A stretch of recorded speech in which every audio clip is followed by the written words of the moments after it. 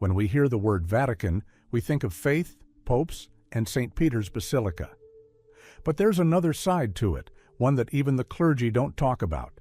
Items that don't belong to any particular era are stored in the dungeons. Documents that can't be copied, rooms where light doesn't penetrate, pages that disappear from archives without a trace. This isn't a conspiracy theory, it's the default architecture. In this story, we'll follow in the footsteps of those who tried to understand what lies behind the perfect symmetry of the walls, and why the Vatican is more than just a city. It's a form of silence. Today, you'll learn more about what's not usually discussed in this small state. Underground, where you shouldn't look. Beneath St. Peter's Square, beneath the flagstones trodden by millions, a second city begins. It's not marked on tourist maps, doesn't appear in museum catalogs, and is rarely mentioned even in church reports. This space isn't enclosed, it's isolated. There are no shop windows, signs, or tour guides. There are only passages, steps, and halls where the air behaves differently. The Vatican houses one of the largest archives in the world, but not everything important is kept on shelves. Some is kept in the body of stone, in an underground structure built from blocks too heavy for the era in which it was supposedly built. The levels are below the catacombs, below the bones. Below is the official topography. In one of the archival letters from the time of Pius XI, there is a strange phrase: "The layers do not coincide, but they do not touch either. Let them hold what they hold." Archaeologists admitted to the lower levels at the beginning of the 20th century discovered a fragment of a wall cut into an earlier foundation made of basalt, a type of rock not found in Lazio. It was perfectly polished. Above it there is nothing, no mosaics, no paintings, just a corner, a sharp ideal, without a reason. These areas are not cleaned, they are bypassed. Some rooms are built at the top, not for protection, but so that people do not look down. An internal document, signed in the mid-60s of the last century, has been preserved, which states, "Access to the hall without an escort is prohibited. Use spotlights without a spotlight. Stay no more than 7 minutes." There is no mention of Hall Vive in other documents, not a single plan, not a single description, only decrees and signatures. Vatican technical staff reported a sensation of empty pressure in some parts of the lower level. Electronics there detect no interference, but the sound loses depth. It's as if the walls absorb speech before it can be reflected. A drawing from the 1940s shows a room designated as Ordo 7. It's crossed out by several lines, but its outline later appears on a ventilation diagram under the second code. There's no air, there's no flow, but it's still worth filtering.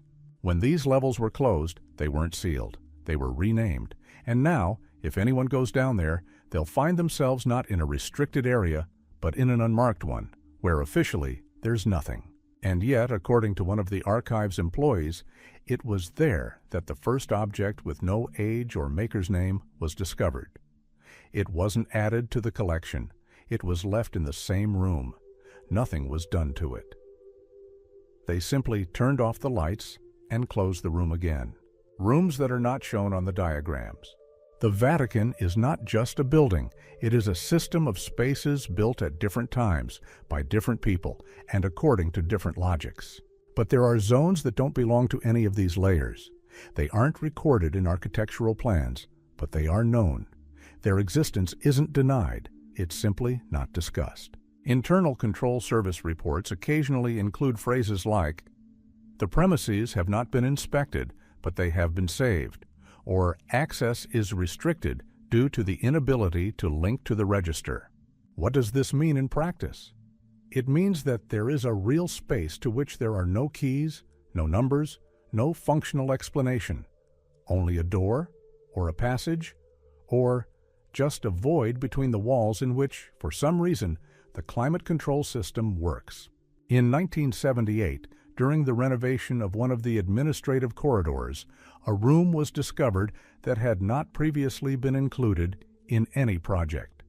It turned out to be rectangular, with perfect acoustics, and without any signs of finishing.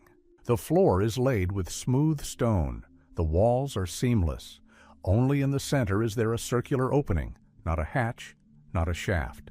Simply a depression, the depth of which has not been measured.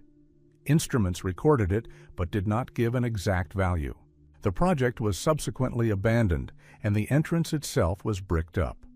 The final documentation labeled this case as improper adaptation of space. There are few such stories, but they exist, and three characteristics are constantly repeated in them: the absence of records, geometric purity, and the impossibility of explaining why it was built. Some suggest that these are the remains of an earlier structure on which the Vatican itself was built.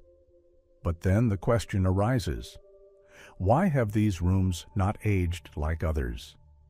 Why does the silence in them seem denser than simply the absence of sound? Inside one of these rooms, accidentally opened during electrical wiring repairs, something was discovered that was not listed in the inventory. Not an object. A trace? On the floor, there was a thin white imprint, as if someone had been kneeling for a very long time. The stone beneath it was polished smooth. But there was no furniture in the room. There wasn't even any ventilation. It was located between levels. It is technically impossible to say where you can get to at all. Anything that defies explanation is not destroyed here. The ego is transferred to a mode of silent existence. They simply do not open up. Tours are simply not given there. They simply bypass the accounting department. And yet, someone knows that it is there. One of the former Vatican architects said in an interview, "There are walls here behind which there is no space. And there are rooms behind which there is nothing. We simply do not touch them. We have not been told what to do with them." With a structure that is impossible to understand, perfect symmetry reigns in the center of the Vatican. The geometry of the square, the cathedral itself, the arrangement of the buildings, everything is constructed with impeccable logic. But if you look deeper, you can find fragments in the oldest drawings that don't fit this scheme. Straight lines leading to dead ends, chambers not connected to other spaces, tunnels whose walls are built from materials that do not correspond to the era. Beneath the main cathedral ceilings is the so-called ground floor, a layer accessible only to technical personnel. According to documentation, it is necessary for repair work. Essentially, it's a vast network of corridors, many of which are unlit, unequipped, and unused. But they were built, and a very long time ago. In one section of this floor, the walls are assembled from monolithic blocks, perfectly polished and not load-bearing. Don't overlook communications, and yet they exist. One engineer described it as the structure of a structure, a space that serves no function, yet retains its form. Why? When attempting to capture this area in detail using laser scanning, a distorted image was obtained. The lines began to repeat, duplicate, as if part of the space inside did not coincide with the outer contour. This is not a device error. The effect was repeated several times with different equipment. It later became clear that at some point on this level, if you stand still, you experience a sense of symmetry being violated, not visually, but spatially. It's as if the walls begin to disagree with your position. People have described it in different ways. Dizziness, a pulling sensation, disorientation. But it all happens in one place, near a blank ceiling behind which nothing is fixed. An oral decree from the time of Pius XII has been preserved. The stone cores will not be destroyed during reconstruction. Below, a handwritten note reads, "Even if they lead nowhere." As a result, none of these structures were touched. It's also interesting that when designing new engineering structures, designers deliberately bypass certain areas. Not for technical reasons, they simply say, "Don't touch that." It's not customary to ask about this. Those who work on the inside say, "You'll figure out where not to drill." If space in some place begins to resist function, perhaps it once served a different function, or it continues to serve one, just not for us. Perhaps the Vatican was built not on ruins, but around something no one dares to describe. Not based on superstition, but because every time you approach it, the structure begins to react. Documents that cannot be read. The Vatican is famous for its archives, millions of documents stored in climate-controlled facilities with multi-level access systems. They contain letters from monarchs, drafts of encyclicals, and transcripts of councils. But among them, there is a special category. They are not classified, not hidden, not destroyed. They simply do not open. The archival system has a label labeled non-consulendum, not for viewing. Such folders are arranged on shelves in the order specified in the catalog. It is stated there are, but it is impossible to obtain them, not because there is no permission, but because, according to the employees, something gets in the way every time. One researcher, admitted to the archive with maximum privileges, described a situation where, when trying to order a specific file from the section of the time of Innocent VIII, it appeared in the register, but it could not be physically found. On the second day, everything is the opposite. The folder is on the shelf, but the number doesn't match any electronic identifiers. We'll either return it or write it off. It's just sitting there. It seems to be there, but it's unreadable. There are articles in which deadlines disappear. Not physically, they become unperceivable. The eyes see the text, but it's impossible to read. It's as if language is replaced by something else. Archive staff speak cautiously about this, calling it non-invasive reading. No explanation is offered. These documents are not confiscated. They are simply left on the shelf, and they are never returned. Some documents contain pages that are not of the same date. The paper is older than the ink. The signatures do not belong to any known hierarch, but the handwriting is recognizable, although it is impossible to determine with certainty. In one case, a researcher attempted to match a fragment with a known 13th century text, but the symbols on the page turned out to have a structure typical of the 20th century. The archive refused to acknowledge the error. The document remained unsourced. Sometimes there are letters that are impossible to copy. Scanners don't work. The images are blurry. Manual copying is impossible. The lines break. The letters repeat or disappear. This doesn't happen with all documents, but only with some. I tried scanning on different equipment. The result is the same. The text doesn't want to repeat. There are also links to documents that appear in the catalog, but then disappear. They are not deleted. They are not erased. They simply lose their status of existence. They remain in the database, but are no longer called. Experts call this a vanishing mark. Internal guidelines recommend not requesting such records again. The system automatically cancels the request. If history is recorded in documents, then the Vatican is more than just an archive. It's a filter. It preserves not only what happened, but also what was prevented from becoming public knowledge. Not because it's dangerous, but because it shouldn't have become public knowledge. To books that do not become text. The Vatican Library is one of the oldest in the world. It contains over 1.5 million printed publications, tens of thousands of manuscripts, scrolls, and codices. But not all books can be read here. Some are physically present, leather bindings, gold trim, hand-stitched spines, but there is no text inside. They are not blank. The paper is old, the pages are numbered. Here and there, traces of faded ink are visible. But we do not read what remains, not in the sense of language, but in the sense of structure. There are lines, but they lead nowhere. Every line seems logical until you try to understand what it's about. Memory doesn't hold them. I once read that a person can't even grasp the general meaning. Such books aren't hidden.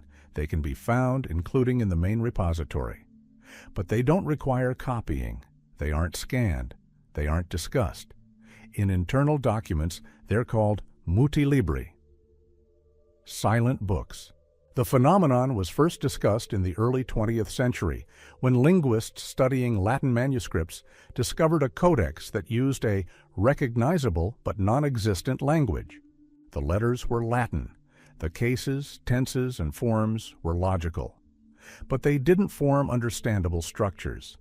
At the same time, the text didn't look like gibberish. It read itself, but conveyed nothing. Modern researchers call this a semantic loop. Within it, reading is possible, but comprehension is impossible. Such books seem to imitate the transmission of meaning without carrying the ego. It's not a code, it's a structure not intended for perception. There are others, books that change. When you read them again, the content changes. The theme remains, but the intonation, stress, and conjunctions do not match. One library employee described his experience when, a month later, he compared his notes with the text and found no matching chapters, even though the page count remained the same. Some believe this is a feature of perception. Others believe it is a form of defense. Defense not from reading, but from fixation. As long as you read, the text exists. As soon as you try to bring it outside, it disappears, or becomes second nature. Such books are not marked in any special way. They simply stand in the shadows. They are not put away, not taken away. They are simply not returned to. Those who tried to study them for a long time said after a while that they lost track of where they started. The meaning falls apart, and all that remains is the feeling that something in these books was never a text. It only took the form of an ego in order to remain. Quiet architecture. There are rooms in the Vatican where no one speaks, not because it's forbidden, it's just that no one starts. These rooms are called administrative, transitional, and technical. But everyone who has worked in them notes one thing. The desire to remain silent arises automatically. It's not suppression, it's not fear, it's not religious awe. It's a feeling that the sound is superfluous, as if the air in these walls is not meant to vibrate. Inner circles of employees call such zones blind windows, not in the sense of silence, but in the sense of the inability to be heard. Even if you speak, it's as if your words don't reach you, or aren't reflected. In one of these rooms, marked on the plan as Sector M-8, the ceiling is unusually low, but the acoustics are unnaturally dry. The sound in it does not hum, does not go away, does not return. It is falling apart. Inside, you feel what engineers call absorption without reason. No upholstery, no special panels, no technological justification, just stone, not allowing the sound to live. While recording official announcements in these areas, the equipment picked up a voice right in front of the room's entrance. Inside, silence, even footsteps, even breathing. This was later explained by an anomaly in the wall material. But the material is ordinary tough, like in the other rooms. Only here, he doesn't respond. There are records of a person in one of these rooms feeling as if they weren't there, not psychologically, but literally they stopped feeling like they were in space. No loss of consciousness, no fear. It was as if the body became a background, and the room itself, a theme that was felt in its place. Priests who have conducted services in adjacent rooms sometimes describe the feeling that the prayer recited near such rooms never ends. The words are spoken, but inside there is a disturbing emptiness, as if the prayer is not received, does not go further, remains hanging, or disappears. Some architects suggest that these are the remains of ancient acoustic chambers converted into new buildings. But why? For whom? Why weren't they dismantled, rebuilt, and marked? Why are they known about but left alone? When the development of a new air conditioning system began in the 1990s, some of the technical roads were supposed to pass through these areas. The project was rejected. No explanation. Simply none. These premises remained. They were not used, but they were not closed either. They serve no purpose or symbol. They simply exist. Their walls are soundproof. Their space is devoid of human presence. This is not a prohibition. It is a refusal. And perhaps the Vatican is not silent. It is simply built around a silence that cannot be touched. Windows that let nothing in. Some parts of the Apostolic Palace have windows that, according to documents, overlook the inner courtyard. The diagrams make sense. Perspective, geometry, symmetry. But if you approach them, it becomes clear. There's nothing behind them. This is not a fake, not an illusion. The window is real. Frame, glass, sash. The light in it changes, cold in the morning, warm in the evening. But behind the glass, there is emptiness. No yard, no walls, no sky. Just a scattered gray background, as if the world outside the window is not loading. People call them quiet windows. Such windows are not uncommon. There are several of them. Some of them are open. But there is no air behind them. No street, no internal vault. Simply nothing. Dust does not fly inside. Sound does not pass through. A hand stretched out into the opening feels cold, but no flow of air. Not a single discarded object was found in the yard. At one point, they tried to explain it away as a reflection, double glazing, or an architectural error. But upon precise measurement, it becomes clear. There's nothing outside. There's no window on the outside. No frame is detectable from the roof, the neighboring building, or a drone. The wall is blank. One of the guards said his shift instructions included a note. Window 314. Do not touch the curtains. Do not illuminate from the outside. Do not photograph. It's not a classified location. It's just not marked. When asked what he sees behind that window, he replied, "It's best not to look for too long. You start to think it's looking back." Charabols. Some windows were boarded up from the inside, not for protection, but to prevent anyone from looking for an explanation. Architects claim these openings are the result of old projects that were never fully completed. But why then are they maintained? Why does the lighting change in them? Why do they seem real until you get closer? One of the restoration workers once removed a sash from one of these windows. Behind it lay a smooth wall, no seam, no niche, just cold stone. He tried to capture it with his camera and got a picture showing a completely different angle, a view of the altar which had never been in this wing. Such anomalies are not discussed, not because they are frightening, but because they do not fit the structure of explanation. The Vatican is an architecture in which everything makes sense. Therefore, when something appears that does not correspond to logic, it is simply left. Let it stand. Maybe this is not a window onto the world. Maybe this is a window onto a structure, an internal one, one that cannot be defined from the outside. And if you look at it for too long, it will begin to show something other than what it is. And what was here, or will be, it is not a fact that you will want to see it. A world that does not obey. World is carefully calculated. The architecture was created taking into account the trajectory of the sun, reflections from marble, and the symmetry of windows. Each room is designed so that light has meaning. It directs, accents, emphasizes. But there are areas where light behaves differently. Sometimes the ego is too big. Sometimes it's not there. Sometimes it comes from where it shouldn't be.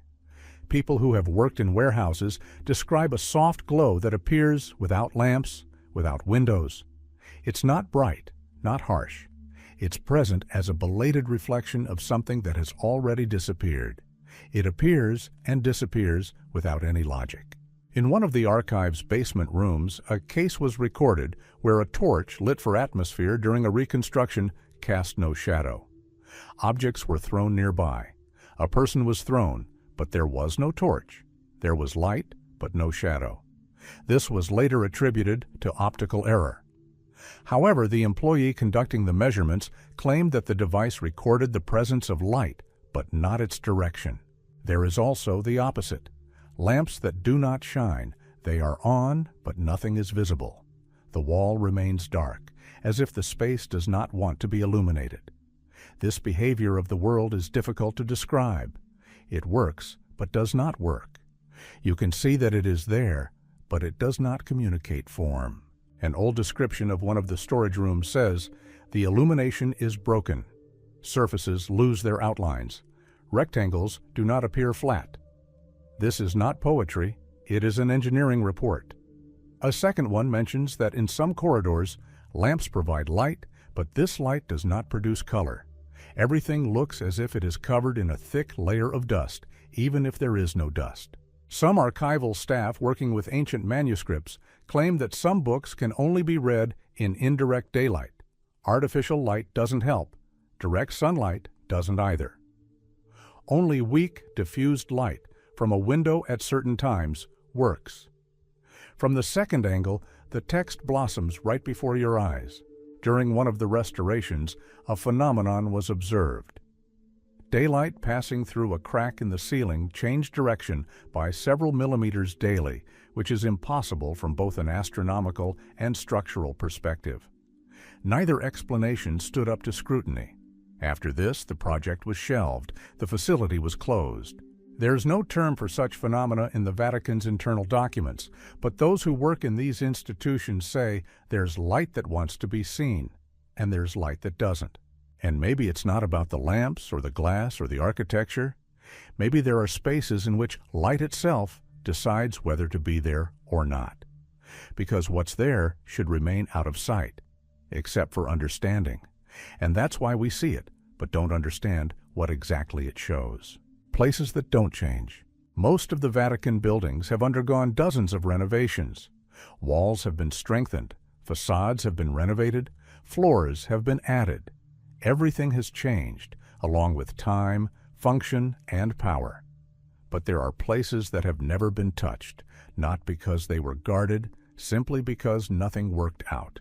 One such object is a narrow stone corridor connecting the northern wing of the Apostolic Palace with a closed archive room. It dates back to the 14th century, but the walls here are made of stone, something not found in other parts of the building. Every time they tried to lay new cables, install ventilation, or even paint the surface, something got in the way. It's not the technique, it's the material. Drilling won't work, tools break, the wall vibrates. One restorer called it a polite refusal. During a project to renew the flooring in an adjacent room, workers discovered that the level of the old masonry was out of alignment with the rest of the geometry. The corner of the hallway appears straight, but when laser scanned, it showed a 1.5-degree bend along its entire length. This is impossible, especially at this scale. No architect had designed this. But it's there, and it doesn't change. The second building contains a small, windowless stone room. It's completely symmetrical. It's unfurnished and serves no function. It hasn't been touched since it was built. Not a single renovation. Maintenance workers call it the internal seam, the connection between two areas. But it doesn't connect. It isolates. And everyone who passes through it experiences a brief and very distinct sensation, as if there is nothing around. The walls, the sound, the air disappear for a second. Then they return. No one complains. They just don't stay there longer than they have to. Some of these zones aren't even old. They were built in the 20th century, but from the very beginning they behaved like unchangeable zones. One security report mentions a door that can't be moved. It wasn't because of the design, it's just that every time they tried to change its position, the adjacent systems started malfunctioning. The lights flickered, the locks didn't respond, the archive didn't produce the required documents. The door was put back in place. After that, everything was fine again. The Vatican has a concept called consecratio per materia, sanctification through the thing itself. This occurs when the form of an object is so deeply imprinted into its structure that it cannot be restored, not because of a prohibition, but because it has already become part of something greater. Perhaps these areas haven't simply remained unchanged. Perhaps they were created not to change, to remain an anchor, a hack, a memory that can't be processed, and everything around is forced to accept it. Maps that lead to the wrong place. Among the Vatican's internal documents, especially those kept in the engineering departments and architectural archives, there are diagrams that do not correspond to reality.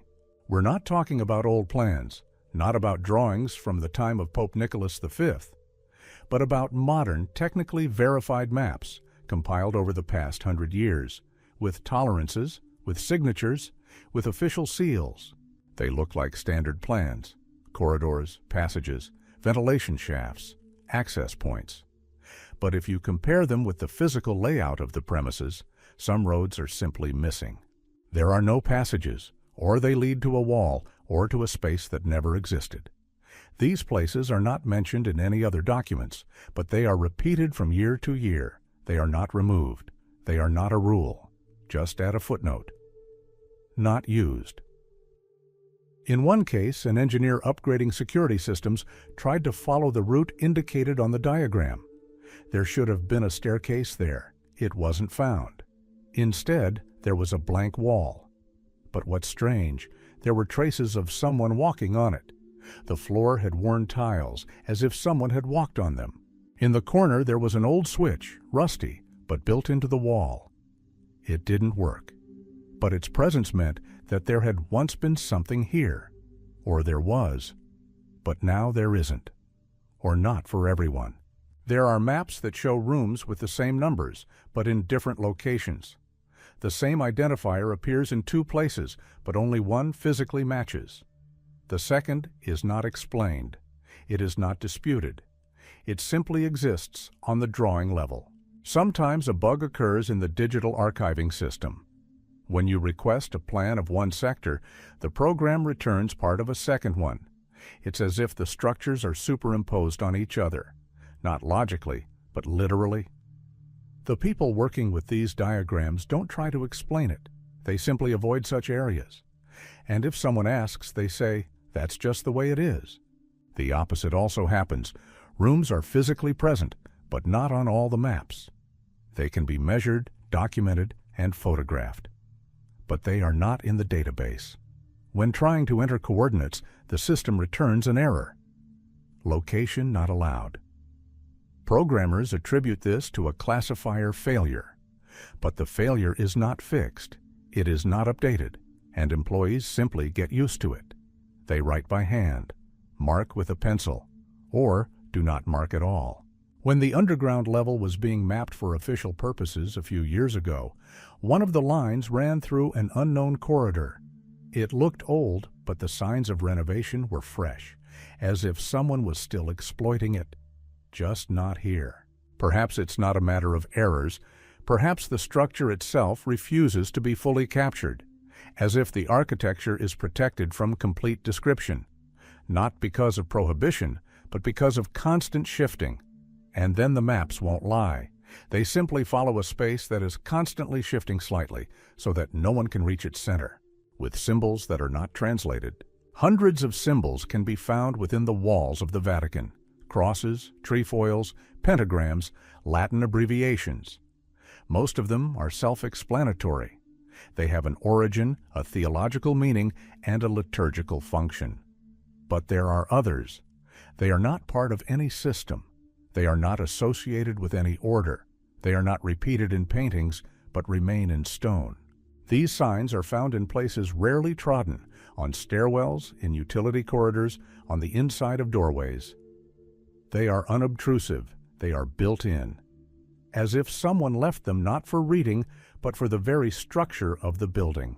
In one of the technical rooms beneath the library, a symbol resembling an inverted spiral inscribed within a square was discovered on a support column. None of the theologians interviewed could identify it.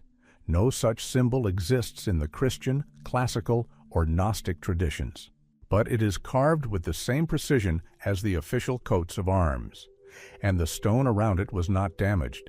Therefore, the sign was not added later.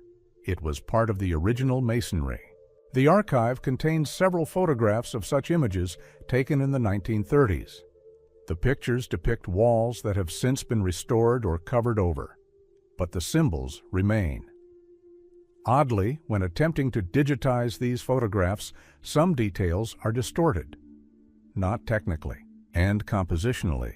The lines of the symbols are shifted. The angles do not match. It is as if the sign itself does not want to be accurately reproduced. There are also frescoes in which individual fragments cannot be restored. The surface is cleaned, the paint remains. But the meaning eludes. No request for interpretation yields a logical connection. The images are repeated but do not form part of the plot. Researchers call this ritual decoration without content, but they do not rule out that the meaning was encrypted not in the form, but in the method of placement. One restorer said that if you spend a long time in a room with such an ornament, you get the feeling that the pattern begins to move, imperceptibly, not at the edges, but in the center, as if the geometry deviates from the gaze without changing. This is not an optical effect, it is a perception, and it does not pass quickly. Some believe that some of these symbols have no meaning in the usual sense. They are not intended for people, not for explanation, and not for registration, as if architecture should be sealed not with a formula, but with a sign, not with a message, with a structural effort that preserves silence. And if these signs are not readable, perhaps they do not need to be read. After all, their meaning is conveyed not by language, but only by presence. Repositories that do not hold anything. In Vatican internal documents, there are rooms designated Depositum Silentis, silent storage. According to the official classification, these are vaults, archival compartments, or technological capsules for isolating certain items. But, unlike other archives, they are empty. They are not sealed. The person is not under strict guard. They can be found on the plan. But no one puts anything there, and nothing comes out of there. These zones are idle, silent, no purpose. They are marked, but not used. In one such room, under the south wing, the walls are made of unmarked gray stone. No shelves, no lighting. Just a smooth floor, a closed passage, and the feeling that something is already lying in it, although everything around is empty. Several people who were inside described a similar feeling, as if the room was already occupied, although no one could see anything in it. An attempt to use this space in 1995 for temporary storage of liturgical utensils failed. The metal objects began to oxidize faster than they should have. Not catastrophically. It's just that everything inside is old. The fabric has yellowed, the paper has darkened, even the light bulbs have started burning out more often. The storage unit has been returned to its original state. Empty. There are others. Some are constantly cold, not because of technology, not because of the shade. It's just that the stone in them never gets hot. Even in summer, even if the temperature in the neighboring rooms rises, it's always the same in these, and always slightly below normal. One of the maintenance workers said that while inspecting the ventilation shafts, he discovered a section where air was blocked, not because of a blockage, but because it simply didn't want to flow there. The instruments showed negative pressure. After taking measurements, they said there was a malfunction, but they didn't do anything. They simply fixed it. It doesn't work, and they never came back. The very existence of such spaces begs the question, why build, designate, and preserve a space where nothing happens? There is no answer. Officially, it's a nature reserve. Unofficially, it's a zone we leave alone. Perhaps these places were built as capsules, not for storing things, but for storing wealth. It was as if the Vatican itself understood. There are fragments that cannot be moved, cannot be used, cannot be interpreted, but they must be kept within their framework, so that they do not exceed the boundaries of the architecture. And such warehouses are not empty spaces. They are structural seals, stone forms designed not to function, but to contain something that can no longer be understood, but still needs to be isolated. Not hidden, simply left in silence. After all, any interference might upset not the thing, but the balance. Mechanisms that should not work. Sometimes, when restoring or relocating utility systems, workers encounter devices whose origins cannot be determined. They are installed in walls, often under a layer of plaster, without markings or connections to known utilities. At first glance, they appear to be old valve assemblies, couplings, and gearboxes. But they defy analysis. Inside, they contain structures that don't correspond to the technological level of the era. One of these finds, a small box built into the wall between two archives, contained an element resembling a complex rotor. It didn't rotate. But when devices, specifically scanners and cameras approached, a slight vibration of the air began. It's not an electromagnetic field, and not a thermal effect. It's just that space began to pulsate slightly. The ego was left behind. Inexplicable. In another case, restorers discovered a resonance panel hidden behind a wall cross. The panel was made of a translucent material, the composition of which was not identified during analysis. When touched, it emitted a quiet, almost inaudible sound, not mechanical, but as if coming from somewhere outside. There were no symbols on it, only an internal grid resembling a map. But no one understood what this map was. Such objects are not removed, they are not disposed of, they are not worked with. The Vatican does not collapse. It leaves and places on top something familiar. Crosses the stairs. A plate? Most likely, these mechanisms are not from the past. They were built to hold something, or transmit, or fix something, not for people, but for the structure itself. And all that remains is to leave it alone. Because if it hasn't stopped yet, stopping it might be worse than leaving it running. Schedules that do not correspond to the time. Inside the Vatican, everything follows a strict rhythm. Services, bells ringing, changing of the guard, opening of the archives. But there are documents recording events that don't fit into the known schedule. Minutes, compiled down to the minute, record meetings, conferences, and movements that never took place. Or, even more alarming, that did take place, but not on the days they were supposed to. The archive contains a folder with access logs for restricted areas. One of them contains a sign indicating the entrance to a hall that hasn't been used for a long time. The time is listed as 2:11 a.m. The scanner detected a signal, but at that moment, no one was passing through the cameras. 2 minutes later, they turned on again. Same spot, same route, but no trace? And all this on a day when the facility was supposed to be closed for repairs. In other cases, employees report internal clocks displaying non-existent time. In a room with no windows or electronic devices, a mechanical clock began ticking past the 27th minute of the hour. This happened several times and then returned to normal. No one changed the mechanism. They simply removed the hands. One of the magazines from 1961 notes an event involving people whose names are not listed anywhere. Their positions are fictitious, but the signatures are there, and the letterhead is official. Only the date doesn't correspond to any liturgical system. It's as if something strange appeared within an ordinary day. Sometimes it seems like the Vatican isn't just whiling away time, it's harboring layers of its ego. Time flies faster in places.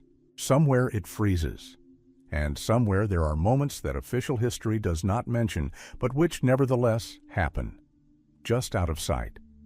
There is no explanation, but it is still inside the walls. What cannot be documented? An archive isn't just a repository of papers.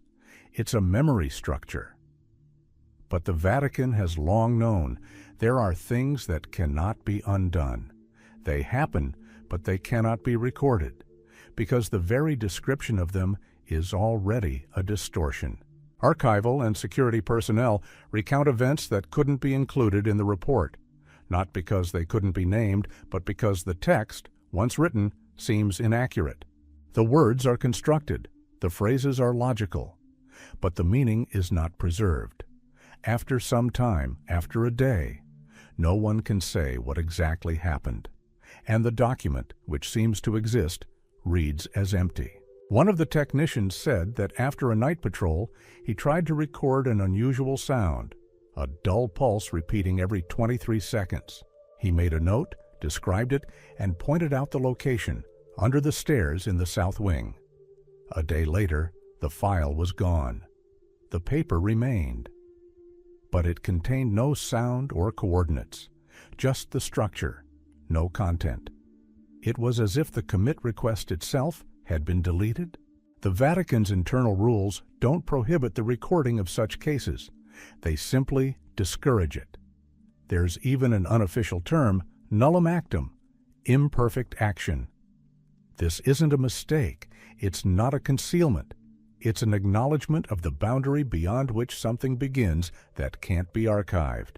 Perhaps there is more hidden within these walls than just rooms, books, or artifacts.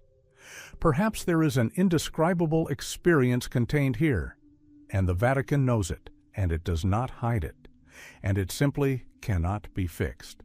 Because what's not documented hasn't disappeared. It simply remained itself, and perhaps that's the only way to preserve what shouldn't become part of the language.